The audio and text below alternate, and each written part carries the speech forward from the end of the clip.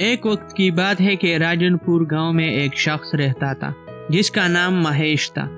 वो गांव में जूस का ठेला लगाता था। पूरे गांव में इसके जूस जैसा जूस कोई नहीं बना सकता था। उसके ठेले के पास हर वक्त लोगों की भीड़ होती थी। अरे वाह महेश, मैंने ऐसा जूस कभी नहीं पिया। तुम्हारे हाथों में तो जादू है भाई। मैं जब भी ये जूस दिन में नहीं पीता तो मेरा दिन ही नहीं गुजरता। शुक्रिया भाई, ये सब आप लोगों की दुआएं हैं, वरना मैं इतना काबिल नहीं हूँ। महेश को अपना कारोबार ज्यादा पसंद नहीं था। वो चाहता था कि मैं शहर जाकर नौकरी करूं।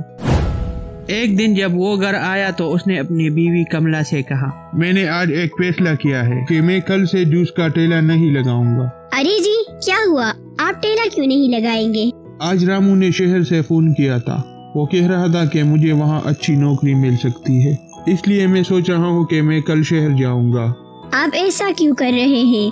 हमारा तो यहाँ अच्छा खासा कारोबार चल रहा है और नौकरी में तो इतने पैसे भी नहीं आएंगे जितने हमारे कारोबार से आते हैं। जो भी हो, लेकिन मैं चाहता हूँ कि मैं शहर जाकर नौकरी करूँ। अरे जी, आपको पता है हमारी जूस को लोग कितने पसंद करते हैं। आज शीला आंटी आई थी। वो कह रही थी कि रामू काका हर रोज रमेश से जूस लेकर आते हैं। रमेश के जूस का तो जवाब ही नहीं है। हाँ अब्बा, मेरे दोस्त भी आपके जूस की बड़ी तारीफें करते हैं। वो कहते हैं कि तुम्हारे अब्बू के हाथों में तो जादू है। इसका जैसा जूस तो हमने कभी नहीं पिया। महेश के बीवी और बेटी ने इस बारे में महेश से बहुत बातें की और आखिरकार महेश को मना लिया। अगले दिन महेश ने फिर से जूस का ठेला लगाया। सुबह सवेरे उसके पास ग्राहक आने लगे।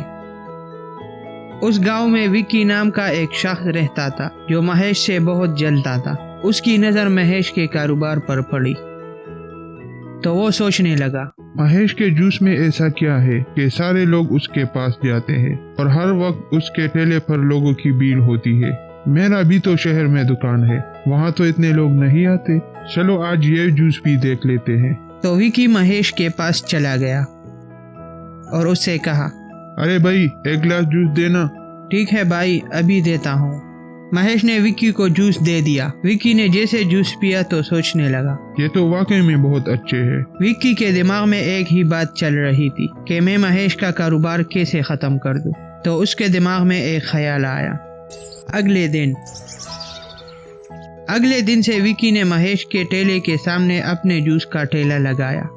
वो बहुत होशियार था। उसने अपने ठेले पर एक बोर्ड लगाया और उस पर एक ऑफर लिख दिया कि जो भी 5 सेकंड में एक गिलास जूस पिएगा उसे 100 रुपए इनाम में मिलेंगे।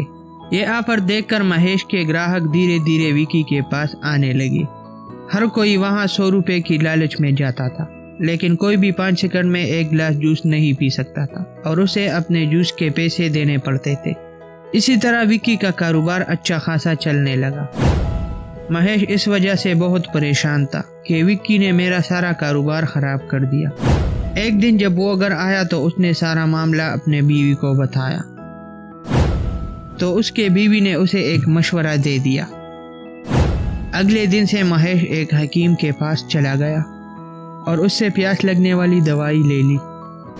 कल जब महेश बाहर जा रहा था तो उसने वो दवाई खाई और सीधा विक्की के पास चला गया। अरे विक्की, मैंने सुना है कि जो भी 5 सेकंड में एक गिलास जूस पिएगा तो तुम उसे 100 रुपए इनाम दोगे। हाँ महेश भाई, और ये ऑफर आपके लिए भी है। अच्छा तो ठीक है, फिर मुझे एक गिलास जूस दे दो। विक्की ने महेश को एक गिलास जूस दे दिया, लेकिन महेश ने जूस 3 सेकंड में खत्म कर लिया। विक्की बहुत हैरान हुआ और यही सोच रहा था कि महेश ने यह कैसे किया। तो महेश ने उसे दूसरा गिलास देने के लिए कहा। विक्की ने दूसरा गिलास भी दे दिया। महेश ने उसे भी 3 सेकंड में खत्म कर लिया। महेश एक के बाद एक गिलास लेता था और उसे 3 सेकंड में खत्म कर देता था। विक्की के सारे दिन का मुनाफा महेश ले गया। कुछ दिनों तक तो ऐसा चलता रहा। तो विक्की ने सोचा, अगर ऐसा चलता रहा तो मैं तो सड़क पर आ जाऊंगा। आखिरकार विक्की ने हार मान लिया और अगले दिन विक्की ने गांव में अपना सारा कारोबार छोड़कर शहर चला गया। महेश ने फिर से गांव में ठेला लगाना शुरू कर दिया। उसके बाद महेश गांव में जूस बेचने लगा और खुशी से अपनी जिंदगी गांव में बसर करने लगा। तो दोस्तों, आज आपको इस कहानी से क्या सबक मिला?